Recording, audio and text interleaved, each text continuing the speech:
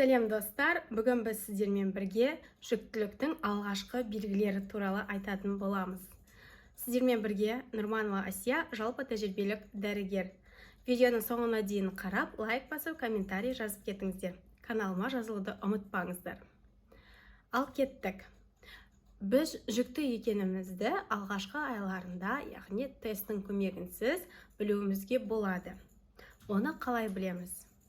Егер сіз өзіңіздің овуляция күніңізді білетін болсаңыз, кейбір келіншектер осы овуляцияның болып жатқанын, яғни зиготаның құрылып жатқанын сезеді. Бұл көп әйел сезе бермейді, бірақ нақтылап, анықтап өзіңіз қарасаңыз, сезсеңіз өз организміңізді, онда зигота жүріп жатқанын, ұрықтану процесінің болып жатқанын сезуіңізге болады. Бірақ бұны көп әйел сезе бермейді. Қызық, е? Келесі бір белгісі, яғни кіші дәреттің жиіленуі. Кіші дәреттің шамадан тыс көп болуы және де кіші дәреттің мөлшерінің аз ғана болуы бұл жүктіліктің бір белгісі болып саналады. Бұл не себепті болады? Яғни гормоналды өзгерістерге байланысты, білеміз, жүктілік кезінде әйел адамның ағзасында гормоналды өзгерістер өте қатты болады. Осыған байланысты, екіншіден, біздің мочевой пузыр жоғары қарай көтеріледі. Жоғары қарай көтерілмес бұрын, бұл жаңағы мочевой пузырды, яғни біздің қуықты, мына жақтан келіп матка қысады. Қысқанына байланысты кіші дәрет жиіленеді. Екінші белгісі бұл таңертеңгі жүрек айну немесе құсу. Яғни жүрек айну құсу ол әдеттегіден тыс болады. Яғни бір тағамға емес, сіздің бұрыннан жақсы көріп жүрген бір духиіңіз, немесе бір иісіңіз, немесе бір тағамды жақсы көрсеңіз, сол тағамнан сіз жиіркенесіз. Немесе сол бір иістен жүрегіңіз айниды, жақсы көрмейсіз, ол иісті уже жек көріп кетесіз прям деген. Немесе бір тағамдар болады, сол тағамдардан өз-өзіңізден отказ бересіз. Көрсеңіз, жүрегіңіз айнып, немесе құсып қоясыз. Осындай жағдай болса, онда жүктіліктің бір белгісі болып саналады. Келесі белгісі иіс сезу қабілетінің өзгеруі. Яғни жаңа айтып отырмын, сіз бір духиларды сезгіш болып кетесіз. Бұрын аңғармаған, мысалы, шкафтың иісіндегі иістер, солар сізге бір ерекше бір иіс болып сезіледі. Бұл яғни жүктіліктің нағыз бір спецификалық белгісі болып саналады. Яғни иіс сезу қабілетінің өзгеруі болып. Келесі төртінші белгісі ол омыраудың ісінуі. Яғни біздің төсіміз ісініп, қатты чувствительный болып келеді. Яғни ұстаған кезде, қолыңыз тиіп кеткен кезде прям ауыратын болады. Особенно ұшына кішкене жидкость бөлінуі де мүмкін. Осындай белгілер болса, бұл жүктіліктің бір белгісі болып келеді. Келесі белгісі бұл көңіл күйдің эмоционалдық адамдағы өзгерістердің болуы болып саналады.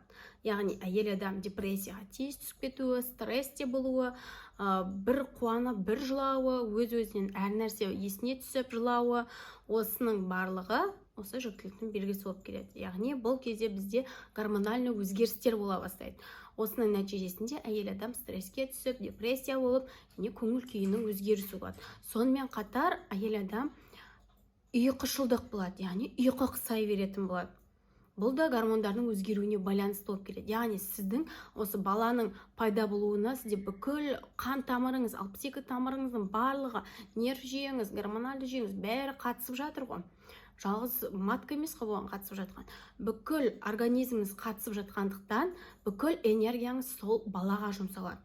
Сол үшін әйел адамның энергиясы болмай, әлсіз болып, ұйқысы келіп, ұйқышылдық қысады. Яғни сіз вроде 8 сағат ұйықтаған сияқтысыз, бірақ әлі де ұйқыңыз келіп тұр. Бір айтады ғой, маубас адам құсап жүрмін деп. Дәл сондай боласыз, жүктіліктің алғашқы белгілерінде. Кейбір адамдар айтады, неге мен өз-өзімен ұйықтай беретін көткенмін деп. Жүрген жерінде, отқан жерінде кетті, ұйықтап қалады өз-өзінен, білмейді. Автобуста кетеді да, ол өз-өзіне ұйықтап қалады. Өз еркімен емес, просто отырып ұйықтап қалады. Немесе жұмыста отырып ұйықтап кетеді. Осындай сәттер болса, яғни бұл жүктіліктің бір белгісі болып саналады. Келесі белгісі бұл бізде қан қысымының төмен түсуі.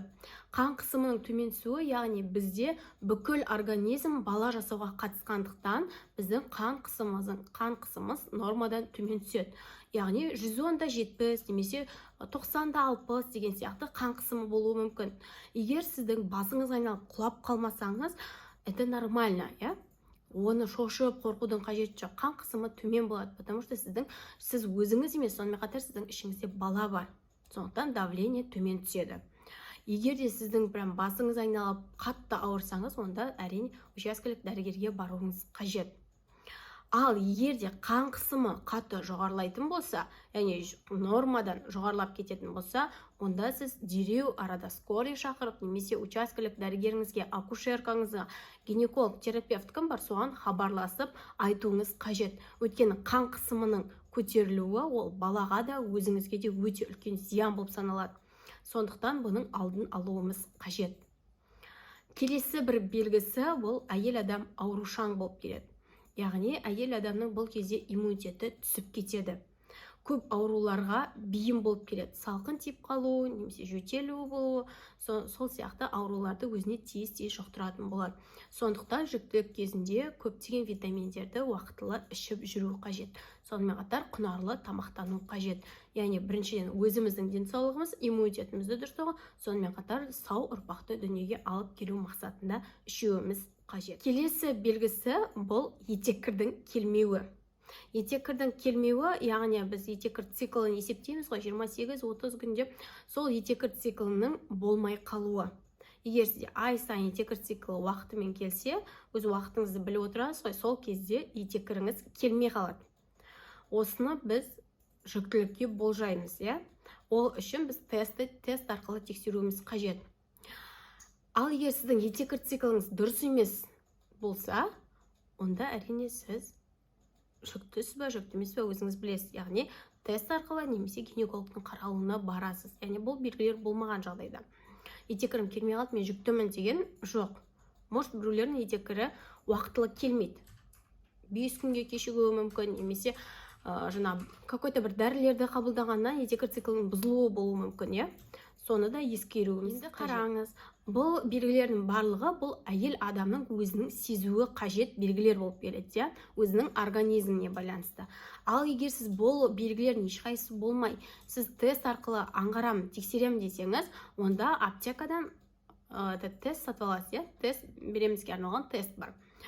Ол тест көбінесе алғашқы уақыттарында дұрыс білінбейді, алғашқы апталарында. Көбінесе 4-6 апталарында уже бізде ХГЧ деген гормон бар, осы жүктілікке жауап беретін. Яғни біздің мочада көрінеді, несепте көрінетін гормон болып келеді. Сол гормон жаңағы тестте көрінеді. Яғни ол 4-6 апталарда көбінесе аңғарылатын болады.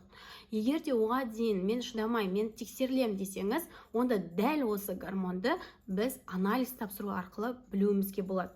Яғни сіз Олимп немесе Инвиво деген лабораториялар бар ғой, сол лабораторияларға барып, өзіңіздің қаныңызды тапсырасыз ХГЧ деген гормонға. Осы арқылы сіздің жүктілігіңіз қай апта екенін және де жүктілік бар жоғын анықтап береді. Осы арқылы білуіңізге болады.